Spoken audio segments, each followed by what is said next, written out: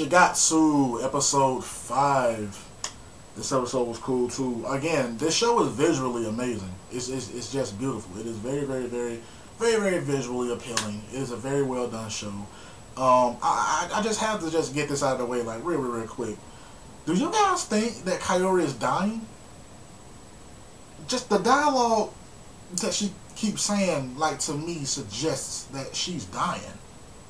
Because she keeps saying, I'm going to make sure that they never forget me. And then she said, even if I die, I'm going to make sure they never forget me. I'm going to make sure they never forget me. This is going to be a performance that they never forget. They're going to always know who I am. They're going to always know my name. And then when she was in the hospital, you know, Kosei asked her, hey, like, is this the first time you ever passed out? Like, do this happen to you often? And she's like, no, it's the first time. But then when they all leave or whatever, well, it was kind of going backwards in time when they first took her to the hospital. She said, oh, I passed out again. You know what I'm saying? So this happens quite frequently.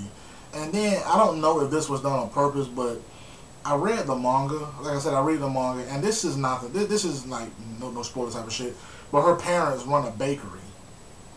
I don't know if that's some sort of link to Clannad or anything like that, you know what I'm saying? Because in Clannad, you know, her parents own a bakery as well, you know what I'm saying? So I'm just kind of like, that's weird, because in Clannad, you know, Nagisa was the one who passed away because of her frail and sick nature, and it seems like Kaori has a frail and sick nature, because she mentioned that she was anemic, but I'm just kind of like, that might have been true, but you pass out apparently constantly, and you keep making the effort to have your name remembered. So I'm just kind of like, what the fuck is going on, you know? But I like this episode though, man. I like seeing that. I don't know why. I kind of like seeing, you know, the struggle that Kosei is constantly having.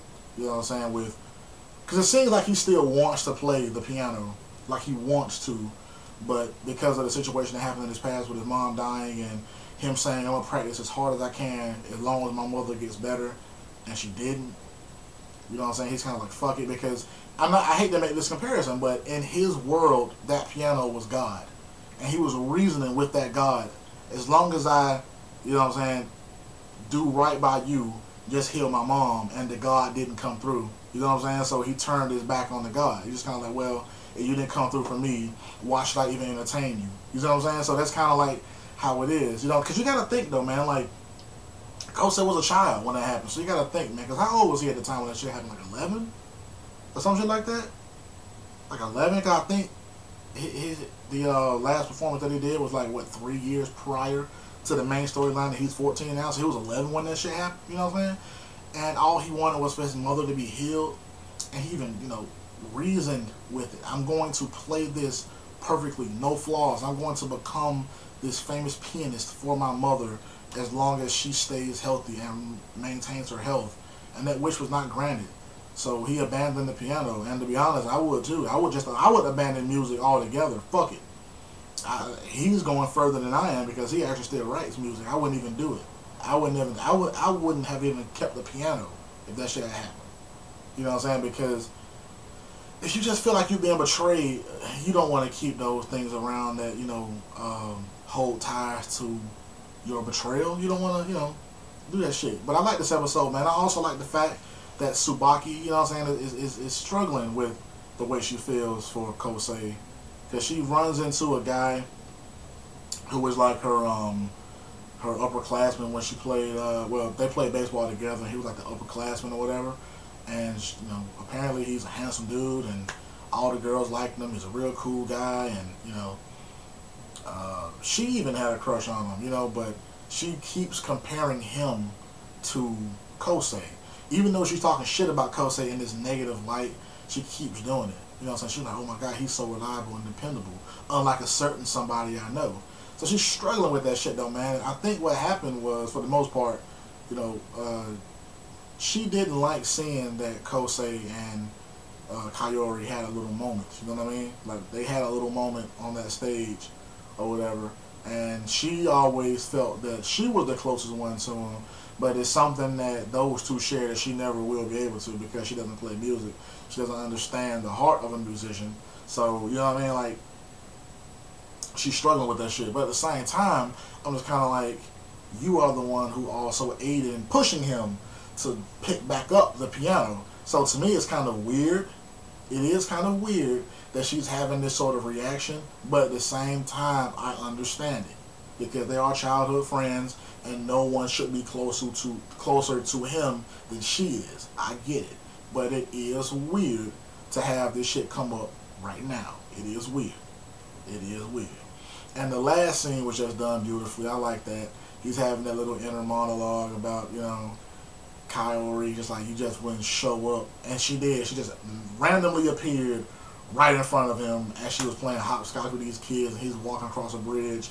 And he's like, what are you doing here? She's like, playing hopscotch. And the little girl was just like, no, you said you was waiting on somebody. And she told him, shh, shh, shh.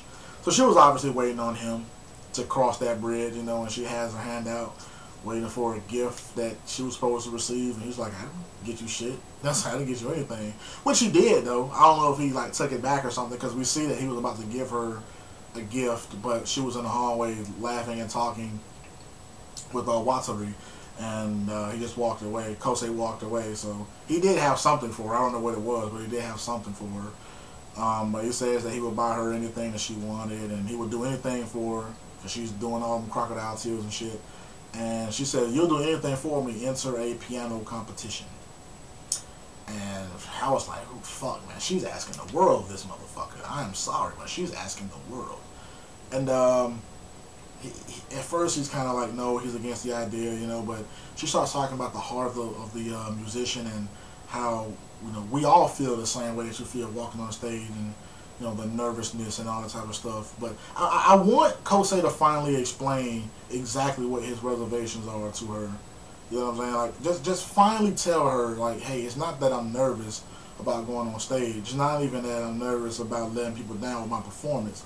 It's just that I said some fucked up shit to my mom, you know what I'm saying, and I made a promise with this piano, you know what I'm saying, to play it right as long as my mother got healed, and she didn't get healed. She died. My mother was my mentor. My mother was my world, you know what I'm saying, in the music industry, whatever, and she's gone now, so I lost the world that I had in music. I don't have a new one. It seems as though he's trying to rebuild one within Kaori, but he doesn't have one. And again, if Kaori is dying and she's sick, that's fucked up, because he's going to attach himself to another sick person and she's going to die. So, fuck. But I like that she jumped off the bridge and shit, you know what I'm saying, just to, you know, show how lively and, you know, full of, you know, energy and springful she was and shit, you know. And he did the same thing. He followed suit. He's just like, man, I just can't help but want to imitate you. I can't help but admire you and want to imitate you. And he jumps in, and that's how this episode ends, man. Beautiful episode. I thought it was handled brilliantly. I thought it was wonderful. I loved it. Let me know what you guys think about that shit, though, man. Let me know what you think about this whole theory that I got about Kaori being sick and possibly dying when this shit is over with, you know. But let me know about all that shit that I talked about, though, man. Bash Stampede.